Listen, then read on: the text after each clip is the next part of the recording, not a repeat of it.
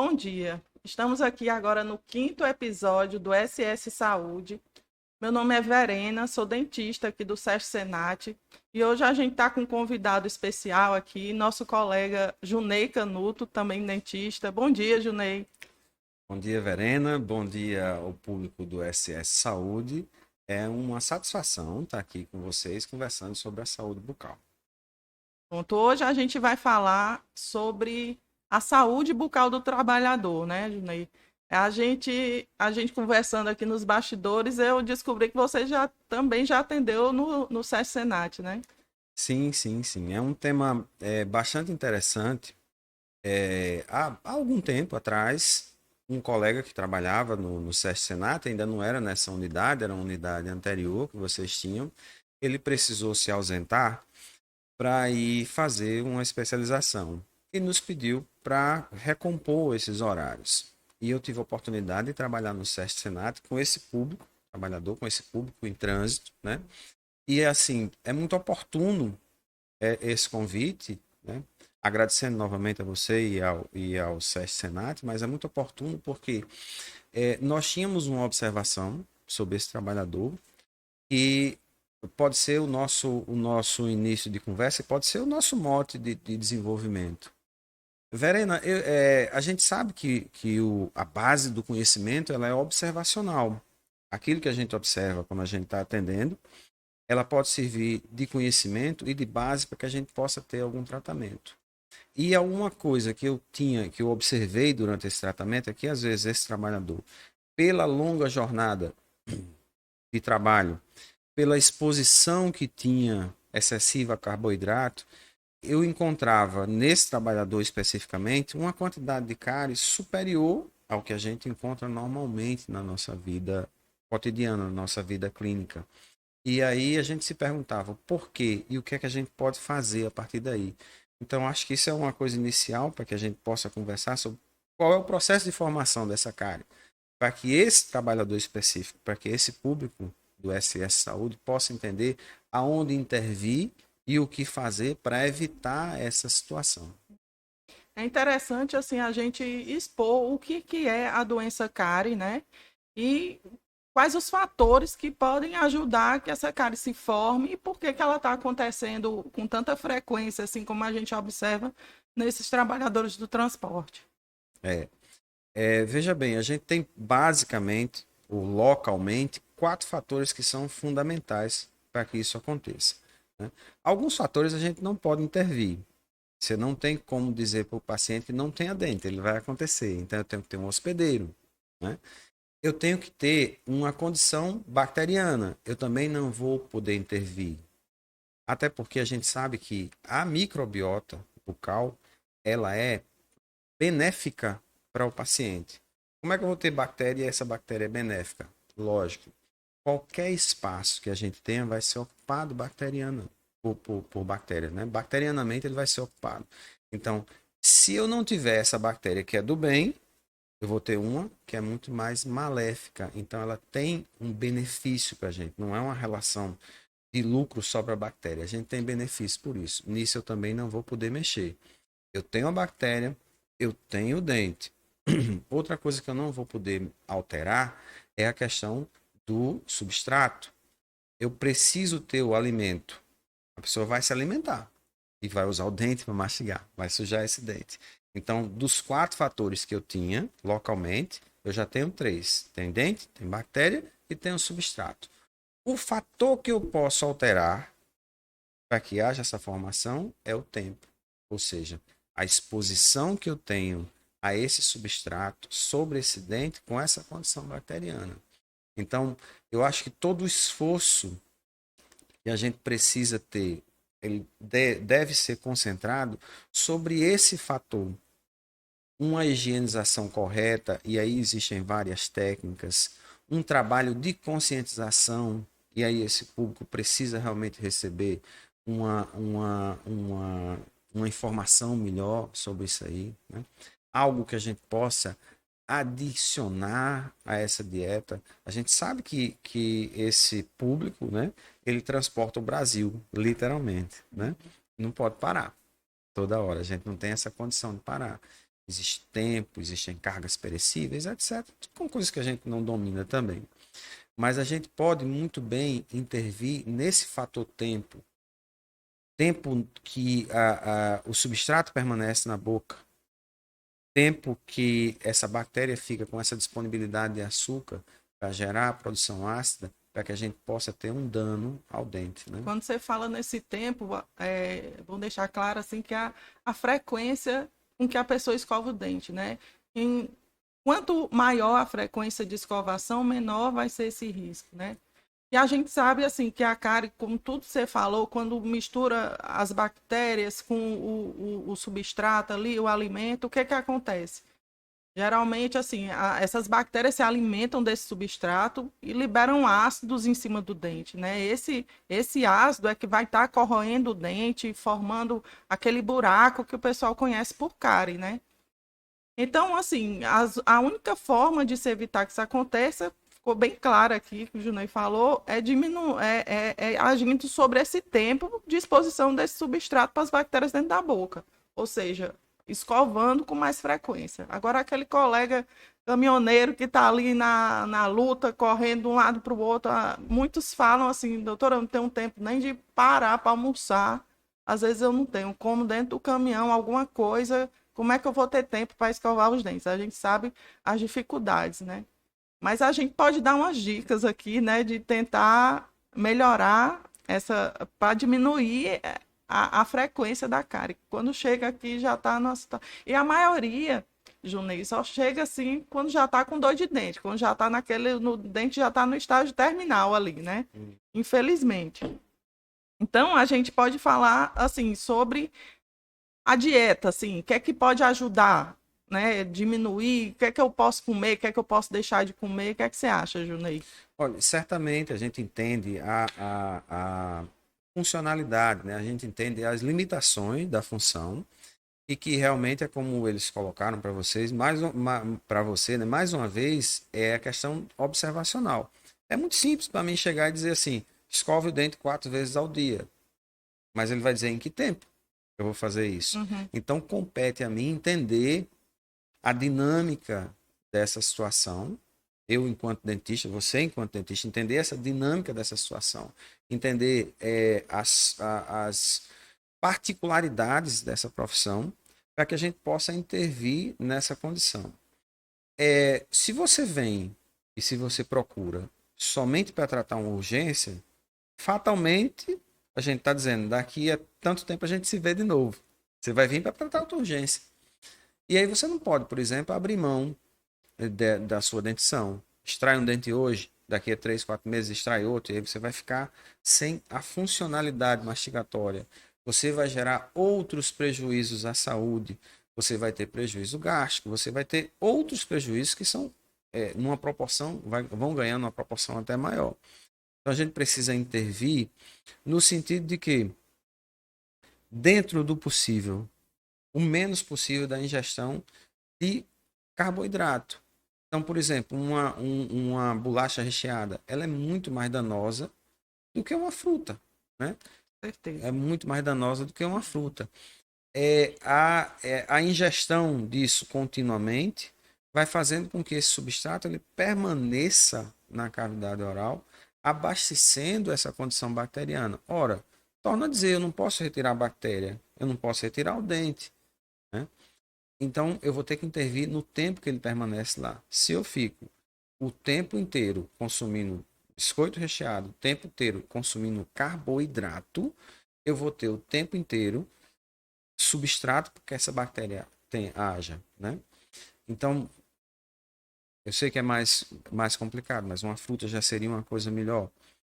Até mesmo algo que estimule essa salivação, como um chiclete com um açúcar que não seja cariogênico, como o sorbitol, não é tão difícil de você encontrar e você pode ter sempre à mão para que você possa estimular essa autóclise, essa limpeza, né, através da saliva e até mesmo do contato da goma de mascar com os dentes. A gente sabe quanto mais saliva, então acontece aquela limpeza interna, né, dos dentes. Outra coisa que a gente estava conversando também era sobre a escovação, né? Não adianta também, mas eu escovo, muitos pacientes relatam, eu escovo o dente várias vezes ao dia, 4 vezes ao dia. Mas é interessante a gente pensar também na qualidade dessa escovação, né? Se todos os dentes estão sendo escovados corretamente, o tipo de escova que está sendo usada. É uma coisa interessante a se pontuar aqui sobre o tipo da escova, né, Junaid? Certamente, nós temos que entender o seguinte, que assim como eu preciso de tempo para a formação da cárie, eu preciso de tempo para desorganizar esse sistema, esse biofilme. Então, assim, não adianta passar a escova rapidamente e achar que escovou. A sensação de refrescância provocada pelo componente Creme do dental. creme dental, pelo componente do enxaguatório bucal, é uma coisa. A sensação é uma coisa, mas a limpeza é outra. Não dá para se falar em escovação que demore menos que 1 minuto. É absolutamente impossível você fazer essa limpeza de todos os dentes num tempo menor que isso. Aliás, um tempo ideal, 1 minuto e meio, 2 minutos. Novamente, eu sei o quão difícil é apertar o tempo, mas é a sua saúde. Você tem que pensar nisso, né? A questão da troca de escova constante. A gente precisa sempre pontuar isso aí. E hoje em dia a gente encontra escova em posto de gasolina, em farmácia, em todo canto, Todo toda canto, parada né? você vai ter para comprar. Não é algo que seja tão difícil de adquirir. E que o movimento correto, e aí é onde entra essa vinda fora da questão da urgência, né? Uhum. Fora desse, saindo desse quadrado só, vou só tratar a urgência, mas a vinda preventiva ao dentista e a superestrutura que vocês dispõem aqui, né? Permite a esse profissional, né, que ele venha aqui, mas eu não estou com dor, mas não é isso que você vem fazer. Você vem para não ter dor, Para prevenir a dor, para né? prevenir a dor. Então, essa vinda com uma certa frequência, no dia que eu estiver realmente de folga, na semana que eu estiver de folga, eu agendar numa unidade SESC Senat, com essa superestrutura, com os profissionais supercapacitados que aqui estão, para que eu possa entender se eu estou fazendo o movimento correto de escovação. Técnicas de escovação tem muitas. Eu só preciso que a pessoa se adapte àquela, Uhum. né? Eu não preciso dominar tecnicamente, cientificamente, um movimento. Eu só preciso que ela se adapte àquela técnica correta para que essa higienização favoreça-o, para que ele possa dizer assim: eu não vou ter dor, mesmo estando em trânsito, mesmo tendo uma profissão que exija tanto de mim, mesmo que eu não tenha esse tempo todo para que a gente, como um trabalhador comum que tenha outros horários, mas eu vou ter essa condição. Porque aí eu tenho a estrutura que me favorece, né? Eu tenho um profissional que me favorece. Sobre a escova, né? Qual a melhor escova que a gente pode indicar? O que é que você acha? O tamanho da cabeça vai importar alguma coisa? A quantidade de cerdas? Se ela é macia, se ela é média? O que é que você pode dizer para a É gente? interessante. A gente tem às vezes uma preocupação um tanto quanto excessiva, ver dos pacientes uma preocupação um tanto quanto excessiva com relação à escova ideal e É, o creme dental ideal, é. né? Tem essa preocupação. A salvo exceções como o paciente que tem hipotireoidismo, que eu não possa usar flúor no creme dental, ou que eu não devo usar flúor no creme dental. Então, a salvo exceções específicas, é muito menos importante a quantidade de cerdas, é muito menos importante a força disso aí e muito mais importante a ação correta da Da escova. escovação. É muito mais importante a ação correta da escovação. É muito menos importante o creme dental, o gel dental ou algo que seja manipulado. E muito mais importante a ação mecânica que ele promove. Torno a dizer, nada com menos de 1 minuto vai ser efetivo, né? É muito mais importante fio, fita, o uso correto desse instrumento, porque a escovação a gente vai atingir 3 das 5 superfícies que eu preciso Uhum. atingir no dente. Então, eles são muito menos importantes. O mais importante seria isso. Lógico, eu tenho as especificidades. Eu tenho cerdas ultramacias para pessoas que têm um padrão de gengiva diferente, diferenciado. Esse o dentista vai colocar. Eu tenho cerdas que são médias, de força média, para que a gente tenha na grande maioria da população. Isso é o que a gente sempre aconselha, né? Para que a gente não tenha algo muito duro e não provoque um dano. Mas o que provoca o dano muito menos é a cerda, muito mais é a ação que está sendo feita. Daí a importância da gente dizer assim, estou sem dor, tenho nada, mas eu preciso aproveitar essa estrutura que me vem, Eu que eu tenho. falei isso assim porque às vezes acontece de também dizerem assim, não, doutor, eu estava no meio da estrada, só tinha escova na mão, não tinha nenhum creme dental, não tinha como escovar os dentes. Então, isso é um mito total, né? Você não tem o creme dental, aquilo ali serve puramente para refrescar a boca, né? A gente sabe. Então, a ação das cerdas sobre os dentes é muito mais importante para a limpeza do que a ação do creme dental, né? Aí daí a gente também pode abrir outro adendo, né, para a gente também colocar os auxiliares da escova, né? Ah, mas aqui eu estou em casa, quando eu estou em casa eu consigo escovar direitinho, então posso dar uma caprichada. O que é que eu posso usar para caprichar? Quais são os coadjuvantes nessa limpeza? Fio dental, escova interdental, sobre o uso do enxaguante bucal, né? Outras pessoas também perguntam: e aí, eu posso ficar usando? Uso todo dia? Eu posso usar enxaguante sem escovar os dentes? Né? Fala aí pra gente. É interessante porque passa a ideia de que seja bem mais simples, né? É. Eu só vou enxaguar a boca, fica bem mais simples para eu fazer. Veja bem, o enxaguante bucal, ele tem uma indicação específica. Ele tem uma indicação específica. Enxaguante bucal é como uma medicação, é como um tratamento. Se ele não serve para refrescar a boca, não é esse. Ele não serve para fazer autolimpeza, ele não estimula a coisa. Às vezes ele faz exatamente o contrário. Às vezes a pessoa usa porque diz assim: ah, não estou com hálito muito bom, eu vou usar um enxaguante bucal. Se ele contém álcool, quando você sente aquele frescor, mas depois ele resseca, descama a mucosa e promove justamente o contrário, o mau hálito. Então, assim, não é que eu seja contra o uso, mas eu acho que tem que ter a especificidade. A gente tem algumas medicações colocadas nele que são específicas para algumas situações. Enxaguante bucal com clorexidina, pode usar? Pode. Mas eu tenho que ver que depois da terceira semana de uso, eu perco a sensibilidade gustativa. Então a pessoa começa a não sentir gosto das coisas. Então ela não pode ser usada continuamente. O triclosan, ele é bom? É, mas eu vou matar uma comunidade bacteriana mais sensível.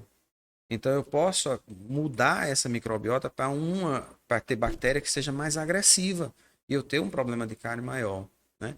Então ele deve ser usado na especificidade com um tempo para que a gente possa fazer isso. Eu sei que a indústria bombardeia a gente dizendo assim, ó, um enxaguante bucal mata bactéria, etc. Mas não é essa a minha intenção, né? Eu preciso conviver com ela da maneira adequada. E a maioria das pessoas usam para combater o mau hálito, que é a halitose, né? Quando a gente sabe que a halitose pode ser combatida de uma forma muito simples, né? Escovando a língua. Muito simples e muito mais eficiente. Com certeza. Muito simples e muito mais eficiente. Na grandíssima maioria das vezes, são ações simples de escovação, de higienização correta, de higienização da língua, que é um acessório que deve ser um pouco mais divulgado, que a gente tem que ter também no nosso manejo diário, né? Que vai ajudar, que vai facilitar, inclusive, a digestão de alimentos, né? Mas são coisas que a gente precisa ter nesse nosso rol de higienização bucal para fazer.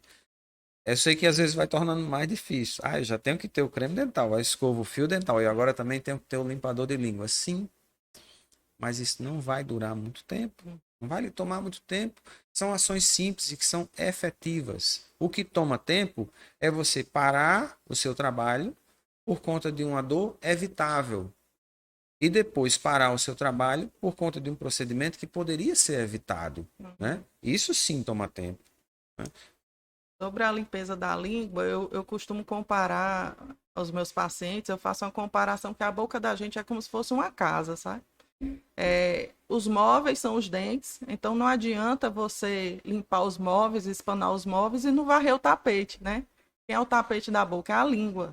ali em cima fica resto de alimento, bactéria, e serve de reserva de bactérias que causam cárie, né? Fica tudo ali em cima da língua. E esses ácidos, as toxinas que elas produzem, é o que causa mau hálito, né? Então, terminar de escovar os dentes é interessante. Escovar bem a língua, usar o limpador lingual. Não tem um limpador lingual, pega a escova mesmo e dá aquela varrida no tapete da É, boca, né? perfeito. Inclusive, assim, essa linguagem, trazer para o entendimento do paciente, trazer para o entendimento daquele que nos procura, é uma função fundamental. Porque de nada adianta eu ter o domínio técnico e eu falar em bactéria, em anaeróbio, em aeróbio, em gram positivo, em gram negativo, se ele não vai entender nada. Agora, se eu trouxer para essa linguagem que você usa com seu paciente, não, ele vai entender. Ele vai entender, certamente. E aí isso aí é uma coisa fundamental para a gente, né? Trazer esse entendimento para que ele possa dizer assim, ó, agora eu compreendi como é que eu devo fazer. Essa necessidade é disso aí. Pois é, então a gente estava aqui desmistificando esses problemas, né? De que forma eles podem melhorar a qualidade da saúde bucal, tentando escovar o dente o máximo de vezes possível, principalmente depois de se alimentar, né? Tentar durante essa jornada de trabalho, em qualquer parada, parar para se alimentar, tá sempre com uma escova no bolso, creme dental no bolso, para tentar fazer aquela limpeza, para evitar justamente essas paradas, né? Para quem não sabe, toda unidade SESC-Senat, a gente aqui, o paciente em trânsito, o caminhoneiro que está em trânsito, né? Por exemplo, eu sou lá de Belo Horizonte, estou passando por aqui por Mossoró, precisando fazer um serviço dentário. Você pode parar aqui, o caminhoneiro em trânsito, ele é atendido, né? A gente tenta encaixar aqui na agenda, né? Para não parar só quando está com dor, que é o que na maioria das vezes acontece, né? Então, e procurar quando você estiver de folga, como o colega Junei bem falou, tentar parar na sua cidade, marcar seu agendamento no período que você está de folga, para poder fazer o tratamento completo, sempre estar voltando de 6 em 6 meses, pelo menos, para diminuir esses problemas bucais. Você imagine, você que é caminhoneiro, você que é usuário do sistema, né?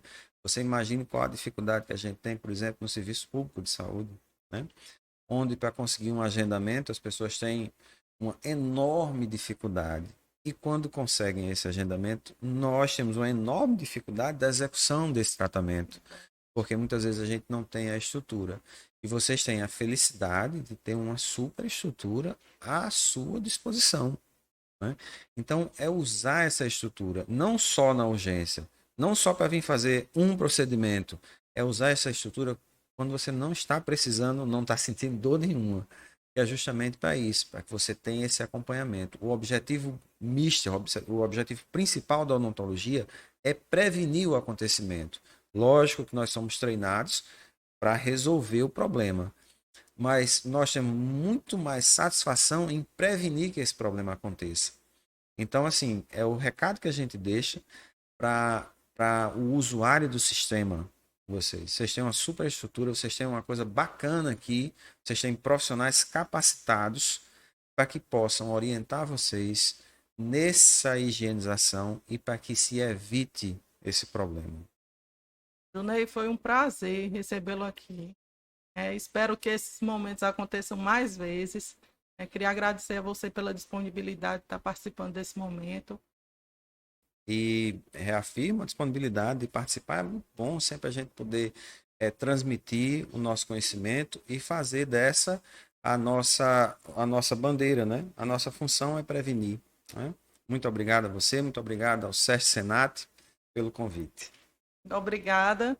Obrigada a todos que estiveram aqui e até o próximo episódio do SS Saúde.